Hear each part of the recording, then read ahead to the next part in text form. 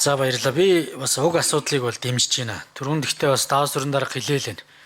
Бидэд бас яг тодорхой төвшөнд ерөн аливаа асуудлын хууль батлах гэдэг юм уу, квотын асуудлыг ярихгүй бол бүх зүйлүүдийг ийм хугацаа юм уу эсвэл нэг ийм зүйлүүдээр хориглон хязгаарлана гэд өөрөө өөрсдөө төгжиж байгаа. Үнэхээр парламентын дийлэнх олонх зарим асуудлыг үнэхээр хүлээн зөвшөөрж ивэл шийдээд явах хэрэгтэй. Ингэж ижил уг нь парламент энэ асуудлаа шийдэх хэрэгтэй байхгүй.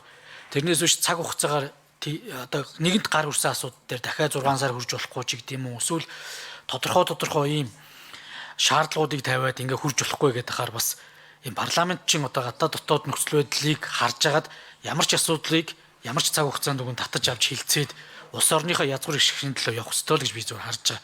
Тэгэхээр энэ дээр саана ойлголцлуудыг явъя. Хоёрдугаарт энэ бас техникийн хувьд нэг зүйлийг хэлчихье л гэсэн саналыг авсан. Татварын ерөнхий хууль бол батлагдсан.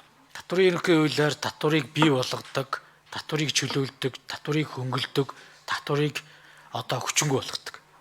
Гэтэл эн чинь өөрөө улсын хурлын тогтоолоор яваад байгаа шүү. 90 оноос хойш. Тэгээ нэг юм ойлгомжгүй. Яг энэ дээр одоо тодорхой хэмжээний үр нөлөө болоод энэ хуулийн хэрэгжилт энэ төр ямар байдлаар нөлөөлж байгаа энэ төр асуудлыг ярьдаггүй юм зүйл байгаа. Тэгэхээр энэ удаадаа ингэ шийддэм байгааз ер нь цаашдаа энэ асуудлыг тодорхой хэмжээнд аль хуульд оруулах хэрэгтэй байдгийг хуульчлах хэрэгтэй маа. Энэ өөрөө хууль зүйн техник шаардлагын асуудал шүү. Тэгээ энийг ингээд одоо яваад байгаа нь бас их зохимжгүй нөхцөл байдалтай болцоод байна шүү гэдэг зүйлийг л хэлье. Тэгээд ер нь яг асуудлыг бол дэмжиж гин зарчмын хувьд дэмжиж гин. Одоо өнөө маргааштай яг ийм одоо жижиг хариу арга хэмжээнүүдийг авч ин. За жижиг биш гэж хэлж болохгүй юм бас ер нь одоо хариу арга хэмжээнүүдийг авч ин. Дунд хугацаанд яах вэ гэдэг энэ асуудал дээр бидэд нарийн төлөвлөгөө гаргаад түрүүн сая Бачаргал дарга хэлж байгаа шиг тэр гадаад зээлгийн асуудал хуулийн ашиглалт өргөөжийг нэмэгдүүлэх хуулийн тэр яаралтай батлах, газрын төсний үйлдвэрээ яаралтай ашиглалтанд оруулах.